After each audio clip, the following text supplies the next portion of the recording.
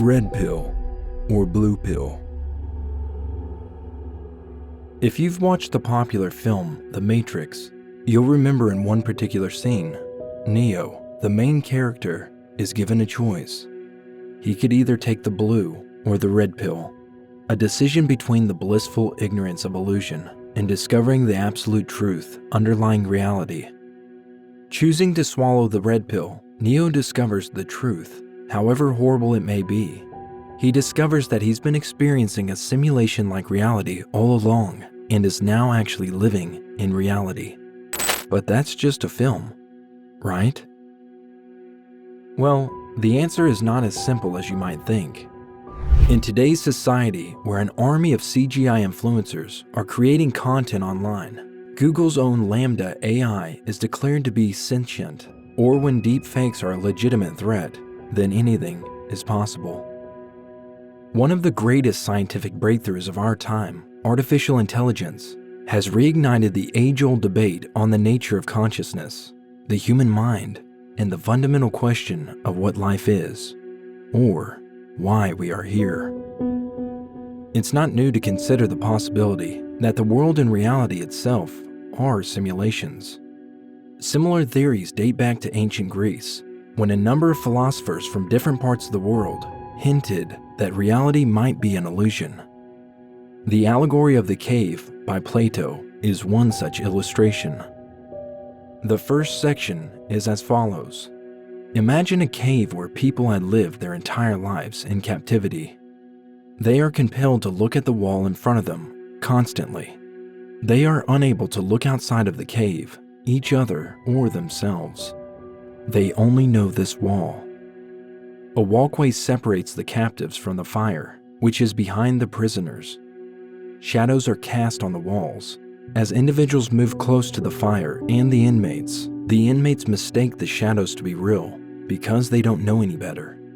And when a bystander speaks, the inmates think it's the shadows speaking. They wrongly believe that this partial reality they can sense is the whole truth, since they are unaware that the shadows on the walls are only a partial representation of reality. This allegory can be interpreted in a variety of ways and used to discuss a wide range of subjects. It might be seen as a metaphor for human ignorance and our unwillingness to seek out truth and wisdom. Or it can be seen as a way of grasping the significance of knowledge and how it influences reality. Could our perception of reality be a shadow of something else, similar to the shadows in this cave?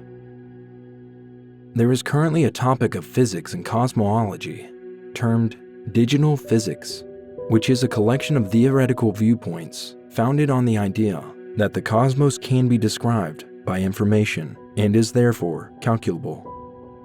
And some of these physicists are genuinely investigating the possibility that our universe might be a computer simulation, popularly known as the simulation hypothesis.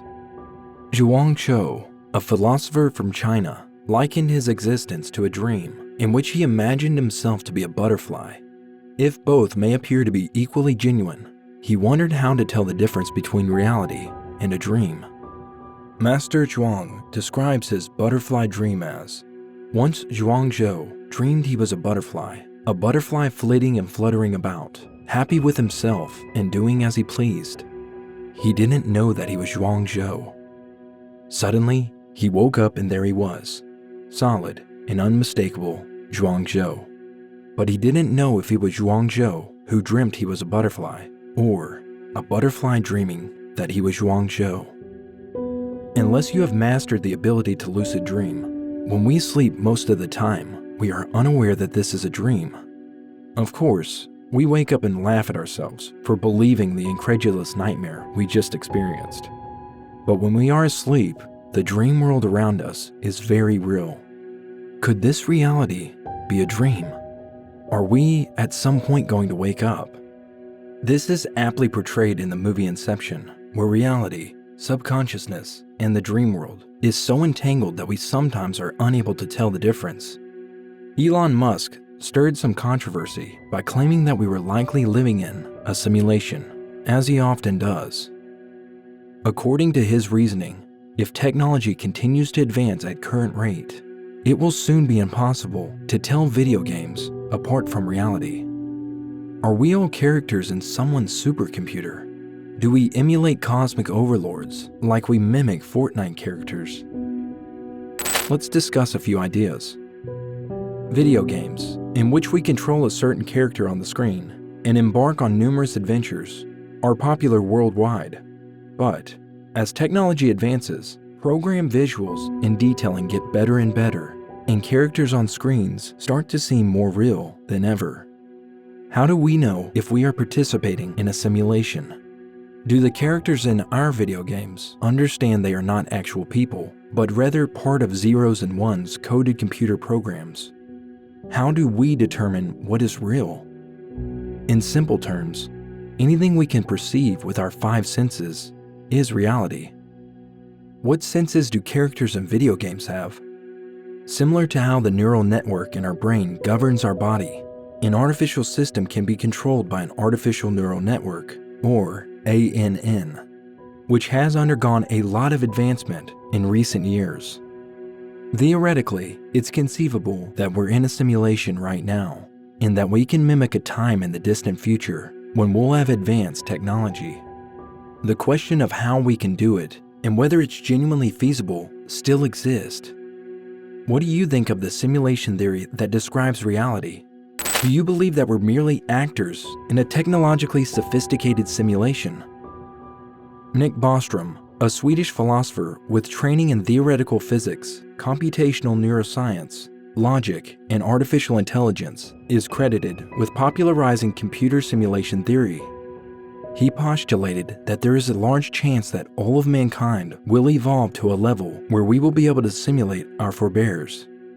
The post-human stage is defined by the period in which humans will achieve technological dominance and be able to construct massive supercomputers with the processing power and memory to create simulations of Earth's history. The simulation hypothesis was put forth by philosopher Nick Bostrom in 2003. Instead of just asserting that we are in a simulation, Bostrom offers three hypotheses and claims that at least one of them is almost definitely correct. These suggestions are as follows. The fraction of civilizations that reach a stage where they are capable of running simulations good enough to fool their inhabitants is very close to zero. The fraction of such civilizations that are interested in running simulations is very close to zero. The fraction of all people with our kind of experiences that are living in a simulation is very close to 1. If you believe that some society in the far future will be able to do this, but will not even be slightly interested in doing so, then statement number 2 is accurate. However, if you believe that one day someone will figure out how to conduct extremely complex simulations, and that at least one person will accomplish it, then statement number 3 is nearly certainly accurate. It is more likely that we are in a simulation if such simulations are feasible and deployed, since there will be many more of them than there are of regular realities. Currently, we are simulating bigger and more complicated systems thanks to the advancements made in our numerous simulations. For instance, the game No Man's Sky garnered a lot of attention a few years ago for its randomly generated open universe. In other words, given what we know right now, there isn't really any reason for us to believe that propositions 1 and 2 are true. The remaining number is 3. Should we care about ethics or morality if our reality is false? Our acts have no influence on the nature of the universe and the true world, and we become self-aware of this. Of course, I'm not saying that all criminals, killers, and the morally inept are experiencing life outside of the simulation. But in video games such as Grand Theft Auto or other open-world games, are you considering morals when you know there's no consequence? Whether or not people think they are in a simulation, according to Bostrom, individuals should behave appropriately because there is always the potential that their assumptions are wrong. The effects of our activities, however, would become meaningless if we firmly believe that we are participating in some sort of simulation and are proven to be right in this assumption. Simultaneously, developments in biotechnology, virtual reality, artificial intelligence, and other fields are continuing to make simulations more credible. We can also observe that as technology advances, our ability to depict the world, both today and in the past, tends to improve. It is plausible to believe that in the future 1,000 years, 100,000 years when these developments and our interest in building world simulations continue, there won't be any discernible difference between reality and simulation. At that time, it will imply that artificial entities with consciousness have been produced. Will there ever be a moment when we won't need to worry about the future and can simply run simulations of every possible outcome and choose the best path based on the results? Or are we already a part of a simulation being run by a species that existed before humans to study how the cosmos develops? Or are we merely a science experiment for a person who defies the laws of physics?